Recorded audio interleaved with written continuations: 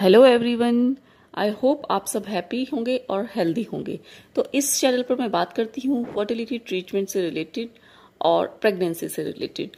तो आज मैं आपको एक इम्पॉर्टेंट इन्फॉर्मेशन देने वाली हूँ आईवीएफ के बारे में। अगर आपकी एज 40 से ऊपर है, यानी कि 40 साल से ज़्यादा है आपकी उम्र, तो ये वीडियो आप ही के लिए है।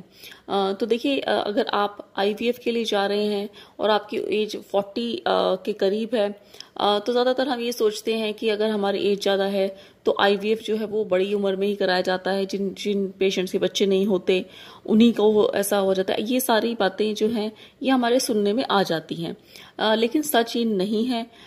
आईवीएफ जो है वो बहुत सारे कम उम्र के पेशेंट्स के लिए भी होता है, लेकिन अभी हम यहाँ 40 से ऊपर की उम्र की लेडीज की बात कर रहे हैं। तो अगर आप जा रहे हैं तो आपको कुछ बातों को ध्यान में रखना चाहिए। तो सबसे पहले मैं बता देती हूँ कि 40 की उम्र से ज़्यादा की लेडीज की जो एग्स हैं उनकी क्वालिटी जो है वो कम हो जाती है एज के साथ। उनमें जो क्रोमोसोम्स की एबनॉर्मेलिटी होने के चांसेस ज़्यादा रहते हैं। देखिए, आपके भले ही आपकी एज 40 हो, लेकिन बॉडी वेट भी बिल्कुल ठीक है, आप बिल्कुल फिट एंड फाइन है, आपको कोई प्रॉब्लम नहीं है बॉडी में, लेकिन उसका ये मतलब नहीं है कि आपकी जो एग्स की क्वालिटी है वो भी बहुत ही अच्छी होगी। देखिए, मैं ये नहीं कह रही कि आपकी क्वालिटी बहुत ज़्यादा पुअर होगी, लेकिन हाँ, एक कम उम्र की लेडी के कंपैरेटिवली आपकी जो एग की जो क्वालिटी है वो डेफिनेटली कम हो जाती है। मेरे कहने का मतलब है कि अगर आप की एज कम है और एक आपकी एज ज़्यादा है, तो ज़्यादा एज वाली लेडी की एग की क्वालिटी कम एज वाली लेडी की क्वालिटी से कम हो जाती है विद एज, क्योंकि ये हमारी नेचर में है और ये एक नेचुरल प्रोसेस है, एजिंग का प्रोसेस है। एग्स में भी एजिंग हो जाती है, मतलब कि एग्स में उनकी जो क्वालिटी है वो एज के साथ साथ धीरे धीरे कम होने लगती है, चाहे भले ही आपको फिजिकली कोई प्रॉब्लम ना हो। तो इस तरीके से अगर देखा जाए तो एज के साथ जो आईवीएफ के सक्सेस होने के चांस है वो घटते जाते हैं। तो ऐसे में पेशेंट क्या कर सकते हैं? तो देखिए, सबसे पहले तो आपको जब आप आईवीएफ के लिए जा रहे हैं या मन बना रहे हैं तो जल्दी से जल्दी डिसीजन ले लीजिए कि आपको आईवीएफ कराना ही है। इसमें ज़्यादा वेट करने का आपके पास टाइम होता भी नहीं है। इनफैक्ट 2 से 3 महीने का वेट भी आप मत करिए। आप जितनी जल्दी हो सके आप अपना जो है ट्रीटमेंट स्टार्ट करा दीजिए।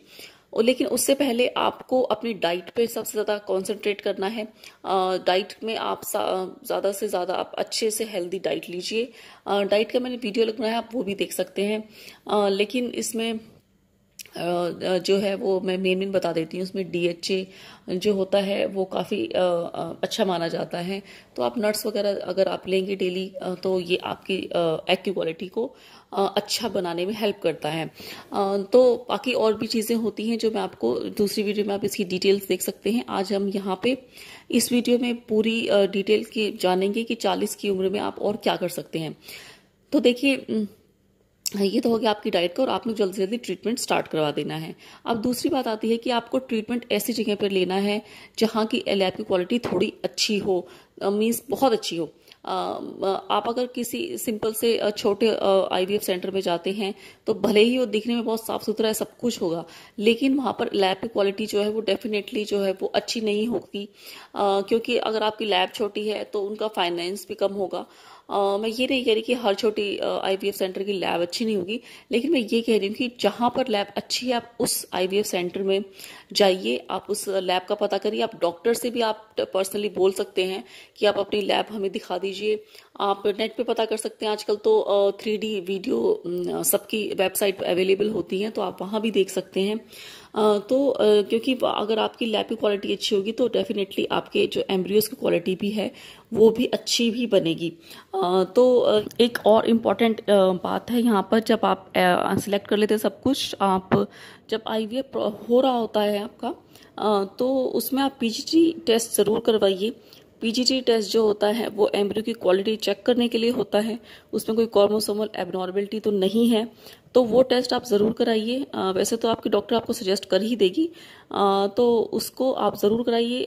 नहीं अगर आपकी करती है डॉक्टर तो आप अपने आप आगे से बढ़कर कहिए, डॉक्टर से बात करिए, ताकि आपका जो एम्ब्रियो है वो अच्छी क्वालिटी का ट्रांसफ़र हो सके आपको, और आपको रिजल्ट्स अच्छे मिल सकें। तो अब बात करते हैं कि अगर आपके एम्ब्रियोज ठीक भी बन रहे हैं, या आपका फिर भी आपका मिसकैरेज हो रहा है, या फिर आपकी जो आईवीएफ फेल हो रहे हैं, तो देखिए 2 या 3 बार अगर आपके आईवीएफ फेल हो गए हैं या मिसकैरेज हो गया है, तो आपको डोनर एग के लिए जाना चाहिए। डोनर एग होता है कि आपसे कम एज की, यानी कि कम उम्र की लेडी का जो एग होता है, उससे आपके हस्बैंड के स्पर्म को से एम्ब्रियो तैयार किया जाता है मिलाकर, और उसको आपके बॉडी में ट्रांसफर किया जाता है। यानी कि आपका एग नहीं होता, आपके हस्बैंड का स्पर्म होता है उसमें।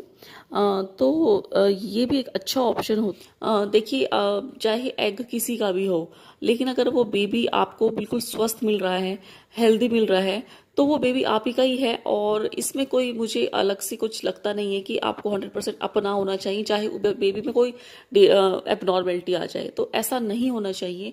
अगर आपके एग में या कुछ प्रॉब्लम है या कुछ मिसकैरेजेस हो रहे हैं और आपको डॉक्टर सजेस्ट कर रही है डोनर एग के लिए, तो आप जरूर डोनर एग ले लीजिए और डोनर एग से अपना आईवीएफ कराइए, उससे आपका बेबी हेल्दी होगा। एग के लिए आप अपने किसी रिलेटिव को भी ले सकते हैं, आप उससे आप डोनेट कराइए एग, तो उनका पिकअप होगा और उनका जो है एग यूज़ किया जाएगा आपके एम्ब्रियो के लिए। तो इससे आपका क्या होगा कि आपकी जो फैमिली का ही होगा बेबी, और उसमें जेनेटिक मटेरियल आपकी फैमिली का भी होगा, और आप उससे श्योर भी रहेंगे कि इसमें कोई और प्रॉब्लम या फैमिली कोई डिजीज़ तो नहीं है। तो यहाँ पर आपका जो मेन मोटिव है वो आपका बच्चा नहीं कि भाई मेरे ही एग से होना चाहिए, आपका यहाँ पर मोटिव होना चाहिए कि आपके पास बेबी हो लेकिन वो हेल्दी हो, बजाय इसके कि आपको मेरा ही बेबी लेना होना चाहिए चाहे भले ही उसमें कोई प्रॉब्लम हो। तो इस तरीका का आपकी अगर अप्रोच होगी तो ये डेफिनेटली आपके लिए और आपके आईवीएफ ट्रीटमेंट के लिए अच्छा है, और आपकी खुद के डिप्रेशन के लिए भी अच्छा है, क्योंकि अगर आपके बार बार आईवीएफ फेल होते हैं तो डेफिनेटली आपको डिप्रेशन हो जाता है। ये एक अनअवॉइडेबल सिचुएशन है, और इतनी एज के बाद, और जैसे आप बहुत सारी बातें सुनते हैं, इनफैक्ट ये वीडियो भी मैं डिप्रेसिंग सा बना रही हूँ, ज़्यादातर मैं ऐसे वीडियोस बनाती नहीं हूँ, बट स्टिल ये आपको बताना बहुत ज़रूरी था, इसलिए मुझे लगा मुझे वीडियो बना देना चाहिए, क्योंकि 40 आजकल शादी 40 की एज में होती है, तो ऐसा लगता है हमें कि आजकल तो ट्रेंड है आप 40 के बाद आप आईवीएफ करा लो, आप बहुत ज़्यादा रिच हैं, आपके पास बहुत पैसा है, तो लेकिन आपको अपनी एग की क्वालिटी को आप पैसे से आप रोक नहीं सकते इसको खराब होने से। तो इसलिए आप जल्दी से जल्दी अपना डिसाइड कर लीजिए, और आप बेझिझक डोनर एग के लिए भी जा सकते हैं। और अगर आपके एग की क्वालिटी भी ठीक है, एम्ब्रियो भी ठीक बन रहा है, सब कुछ है, लेकिन अगर आपकी एंडोमेट्रियल लाइनिंग नहीं बन रही है या आपको कोई यूट्रस पे प्रॉब्लम है, तो आप सरोगेसी की तरफ भी जा सकते हैं। तो वो भी एक अच्छा ऑप्शन है अगर आप अफोर्ड कर सकते हैं तो यही ऑप्शंस उन लोगों के लिए भी है जिनकी एज कम है लेकिन फिर भी वो कंसीव नहीं कर पा रहे, उनके आईवीएफ से भी कंसीव नहीं हो रहा है। तो ये ऑप्शंस उन लेडीज के लिए भी है जिनके सारे आईवीएफ जो है वो फेल हो गए हैं, तो वो भी इन सब चीज़ों को कंसीडर कर सकती हैं। तो आई होप आप इस वीडियो से डिप्रेस्ड नहीं होंगे, इस वीडियो से आप कुछ सीखेंगे। तो देखिए, डिप्रेशन या कुछ होपलेसनेस हो जाने से आपकी जो बॉडी की एंडोमेट्रियम की जो रिसेप्टिविटी है वो कम हो जाती है। तो आपको हमेशा पॉजिटिव रहना चाहिए कि कोई भी प्रॉब्लम आएगी तो उसका सॉल्यूशन है। तो इस वीडियो में मैं आपको सॉल्यूशन दिया है, आपको प्रॉब्लम बताकर, क्योंकि सॉल्यूशन पता होना आपको ज़रूरी है, रादर देन कि आप हर बार डिप्रेस्ड हो जाएं या कुछ हो जाएं। मैं ये नहीं कह रही कि हर एक 40 से अबव लेडी के साथ ऐसा है, बट ज़्यादातर केसेस में ऐसा हो जाता है, और अगर आपके साथ हो रहा है तो आप इन फैक्टर्स को कंसीडर करिए।